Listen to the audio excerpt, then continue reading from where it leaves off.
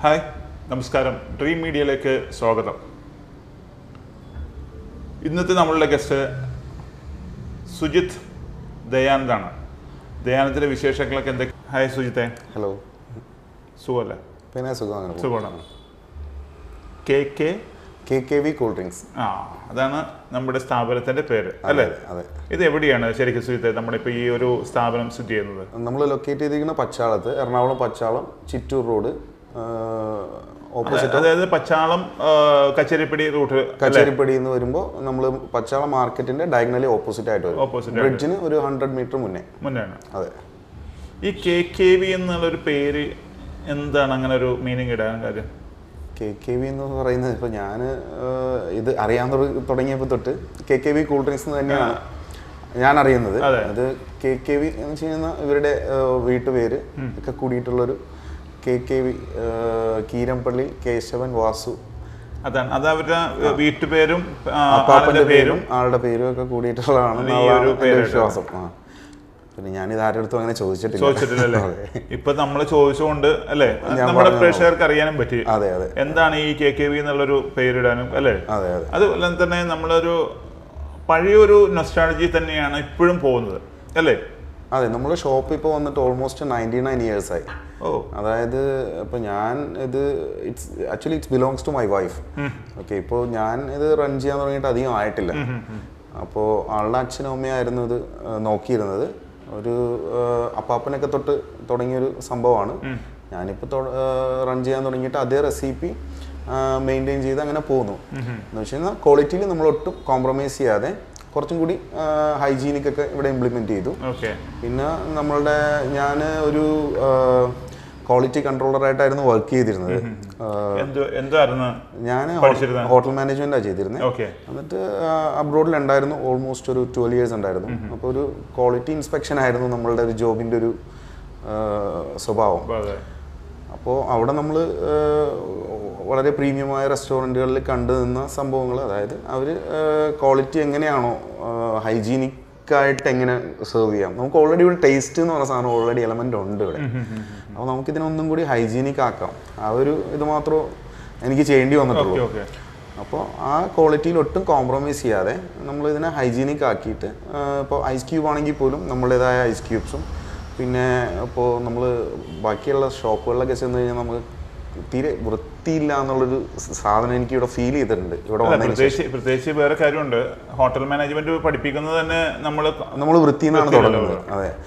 അപ്പോൾ നമുക്ക് അധികം ഇതിനകത്ത് കൂടുതലായിട്ട് ചെയ്യേണ്ടി വന്നതെന്ന് വെച്ച് കഴിഞ്ഞാൽ കുറച്ചും കൂടി ഇതിനെ ഹൈജീനിക് ആക്കുക. അപ്പോൾ അതിന് നമ്മളുടേതായ, അപ്പോൾ നമ്മൾ പുറത്തുനിന്ന് ഐസ് മേടിച്ച് യൂസ് ചെയ്യാൻ നമുക്ക് എത്രത്തോളം അതിനൊക്കെ വിശ്വസിക്കാൻ പറ്റുമെന്ന് അറിയില്ല. അത് നമ്മളിപ്പോൾ ഉപയോഗിക്കുന്ന ഐസ് ക്യൂബ്സ് ഒക്കെ നമ്മളുടെ ഓണാണ്.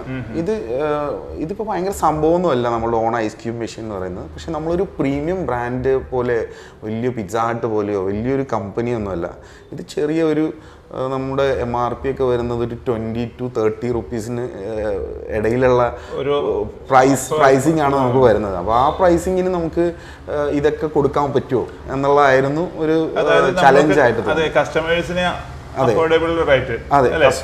ആ പ്രൈസിൽ കിട്ടുകയും വേണം. എന്നാൽ everyone is deserve some cleanliness, right? അത്രേ ഉള്ളൂ അതിന്മേൽ. അപ്പോൾ നമ്മൾ അതിന് വേണ്ടിയിട്ടുള്ള എന്തൊക്കെ ചെയ്യാൻ പറ്റുമോ അത് മാത്രമേ നമ്മൾ കൂടുതലായിട്ട് ചെയ്തിട്ടുള്ളൂ. പിന്നെ നമ്മളുടേതായ കുറച്ച് പഴയ പ്രോഡക്റ്റ് എന്ന് വെച്ച് കഴിഞ്ഞാൽ ജസ്റ്റ് നമുക്ക് നന്നാരി സർബത്താണ് ഇവിടെ മെയിൻ. അത് നമ്മുടെ മെയിൻ ബ്രാൻഡ് നന്നാരി സർബത്താണ്. അതാണ് ഇവിടെ സെർവ് ചെയ്തിരുന്നത് വർഷങ്ങളായിട്ട്. അപ്പോൾ നമ്മൾ പുറമേ നമ്മൾ കാണുന്നത് കൂടുതലും ഞാൻ മനസ്സിലാക്കിയെടുത്തോളം അതിനൊക്കെ ഒരുപാട് എക്സ്പയറി ഡേറ്റും കിട്ടും. കാര്യം എന്ന് വെച്ചാൽ അവർ ഈ എസെൻസ് ആണ് ഉപയോഗിക്കുന്നത്. അപ്പോൾ നമ്മുടെ പ്രോഡക്റ്റ് പ്യുവറാണ്. അതുകൊണ്ട് തന്നെ നമുക്ക് അധികം ഷെൽഫ് ലൈഫ് ഇല്ല ഇതിന്. എന്തും പ്യുവർ ആകുമ്പോൾ ഷെൽഫ് ലൈഫ് അറിയാലോ, അത് കുറയും കുറച്ച്. അപ്പോൾ ആ ഒരു സംഭവം നമ്മൾ അതേപടി തന്നെ മെയിൻറ്റെയിൻ ചെയ്യുന്നുണ്ട്. പിന്നെ നമ്മൾ സോഡ മേക്കിംഗ് ഒക്കെ നമ്മുടെ ഓൺ സോഡയാണ് ഇവിടെ. ജിഞ്ചർ സോഡ നമുക്കുണ്ട്, പിന്നെ സാധാ സോഡയുണ്ട്. ഇപ്പം നമ്മളിപ്പോൾ പുതിയതായിട്ട് ആഡ് ചെയ്തതാണ് കുറച്ച് ഗ്രേപ്പ് ഗോലി സോഡ, മാംഗോ ഗോലി സോഡ, അങ്ങനത്തെ കുറച്ച് പ്രോഡക്റ്റ് നമ്മൾ ലേറ്റസ്റ്റ് ആയിട്ട്.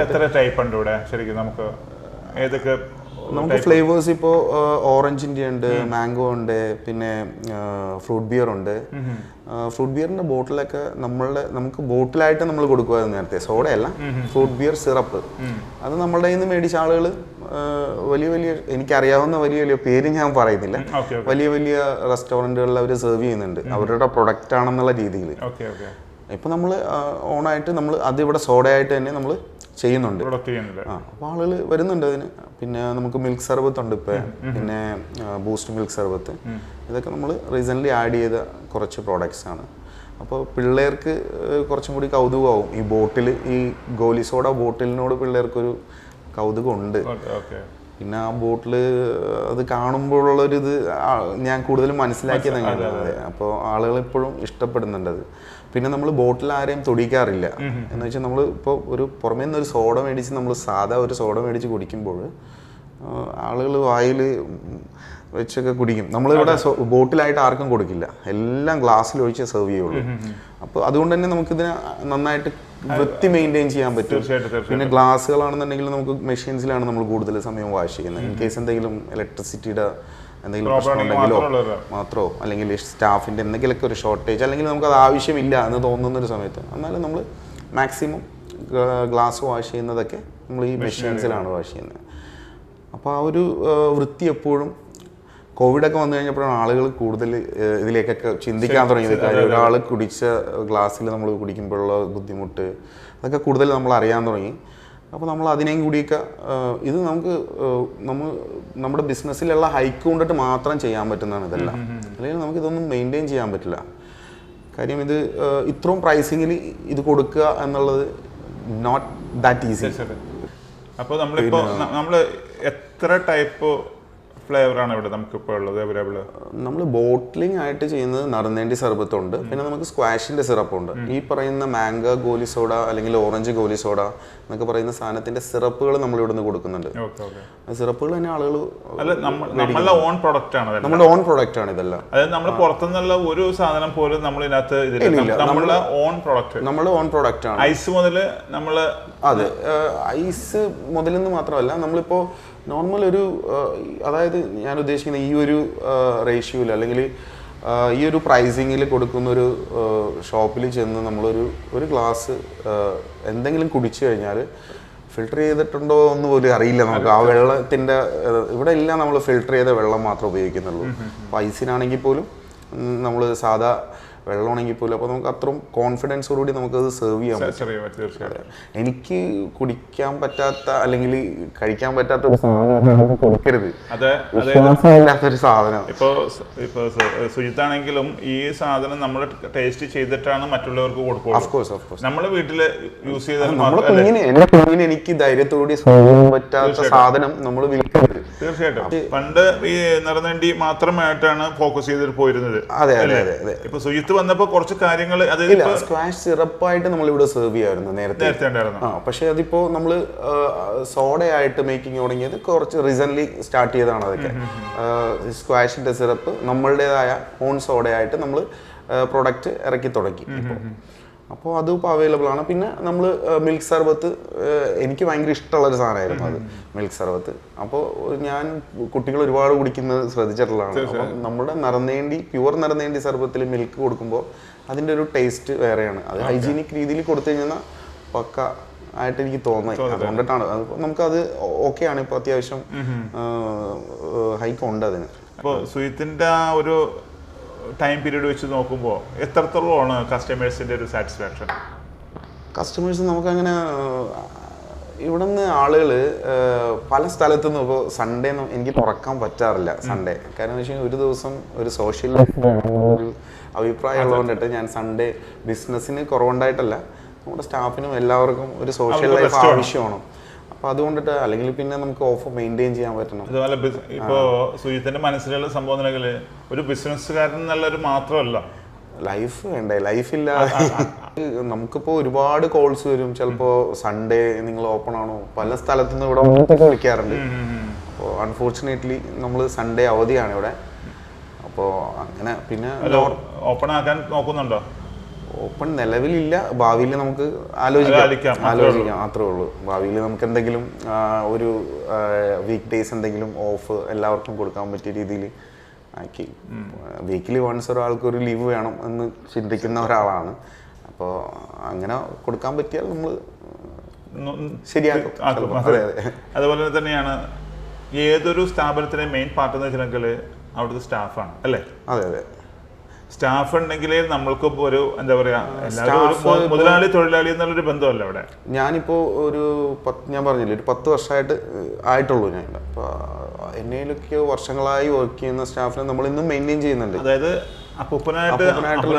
അച്ഛനായിട്ടുള്ള ആളുകൾ ഇപ്പോഴും ഉണ്ട് നമ്മളുടെ കൂടെ സ്റ്റാഫായിട്ട്. പിന്നെ നമുക്ക് പഴയ ഒരു ഇതിൽ അത്രയും ആളുകൊണ്ട് ഇത് റൺ ചെയ്യാൻ പറ്റുന്നില്ല.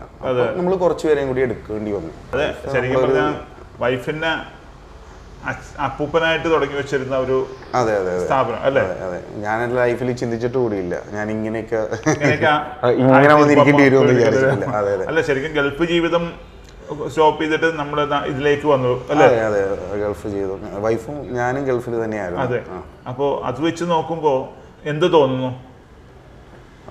ഗൾഫ് ജീവിതം എനിക്കൊരിക്കലും നോ പറയാൻ പറ്റില്ല. അതെ, ഞാൻ ഇല്ല ഒരു 12 years ഉണ്ടായുള്ളൂ. പക്ഷെ ആ 12 years നമ്മൾ ലൈഫ് എന്താണെന്ന് പഠിക്കുന്നൊരു കാലഘട്ടം തന്നെയാണ്. അതിന് എനിക്ക് ഒരിക്കലും താഴ്ത്തി പറയാൻ പറ്റില്ല. പിന്നെ ഇത് ഓക്കെ, ഇതെല്ലാവർക്കും കിട്ടുന്നൊരു ഇതല്ല. അതെ അതെ, അല്ല എല്ലാവരും ഇപ്പോ ചെയ്യുന്നതിനെങ്കിൽ ഹോട്ടൽ ബിസിനസ് ആണെങ്കിലും ചായക്കടയാണെങ്കിലും ഒക്കെ തുടങ്ങുന്നുണ്ട് ഒരു വ്യത്യസ്തത. അതെ അതെ, ഇത് കുറച്ചുകൂടിയൊക്കെ നമുക്ക് ഒന്നേന്ന് തുടങ്ങേണ്ടി വന്നില്ല. ഇപ്പൊ ഇവിടെ എന്തെങ്കിലും തുടങ്ങാനാണെന്നുണ്ടെങ്കിൽ ഒന്നേന്നൊന്നും തുടങ്ങേണ്ടി വന്നില്ല. ഓൾറെഡി ഒരു ബിസിനസ് ഓൾറെഡി അത്യാവശ്യം ഉണ്ട് ഇവിടെ. നമുക്ക് കൂടുതലായിട്ട് ആകെ കുറച്ച് സംഭവങ്ങൾ മാത്രം ഒന്ന് ഇംപ്ലിമെന്റ് ചെയ്യേണ്ടി വന്നുള്ളൂ. നമ്മളുടേതായ ഒരു സ്റ്റാൻഡേർഡ്സിലേക്ക് കുറച്ചും കൂടി ഉയർത്താൻ.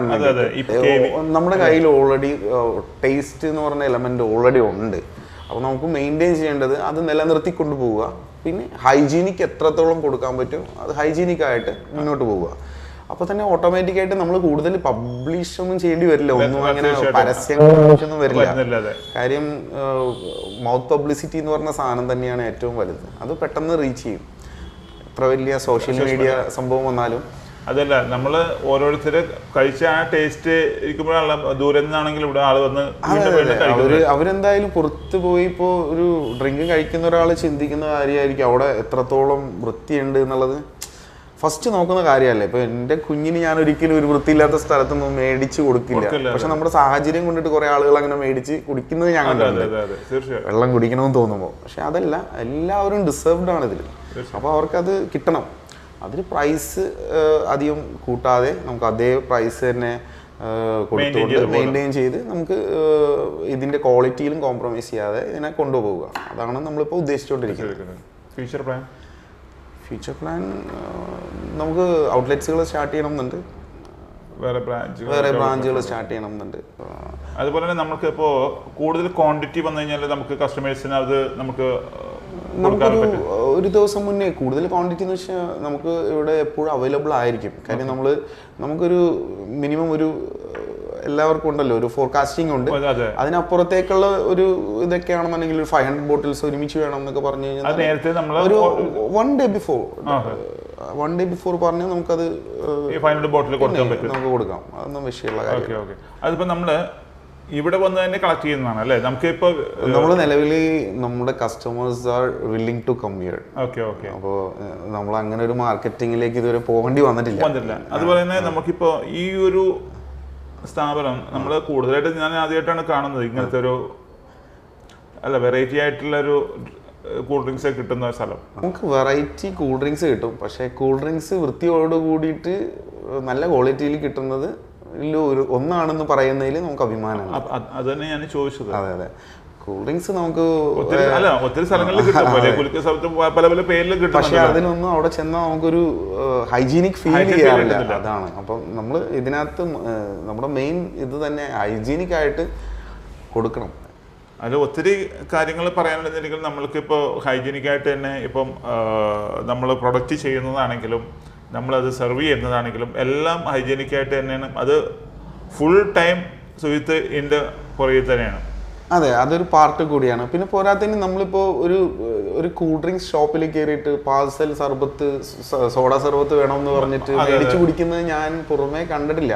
പക്ഷെ നമ്മുടെ നമുക്കത് അവൈലബിൾ ആണ്. നമുക്ക് പാർസൽ കൊണ്ടുപോകുന്ന ഇഷ്ടംപോലെ ആളുകളുണ്ട്. പാർസൽ പോകുന്നുണ്ട്, നമുക്ക് ജിഞ്ചർ സോഡ സർബത്ത് നമ്മളുടെ മാത്രം, അതായത് സോഡ സർബത്ത് നിറഞ്ഞേണ്ടി ഇപ്പോൾ ബോട്ടിൽ നമ്മളുടെ കയ്യിൽ നിന്ന് മേടിച്ചിട്ട് പോയി ആർക്കും ഉണ്ടാക്കാവുന്നതാണ്. ജിഞ്ചർ സോഡ സർബത്ത് ഇത് അവൈലബിൾ നമ്മളുടെ അടുത്ത് മാത്രമേ ഉള്ളൂ.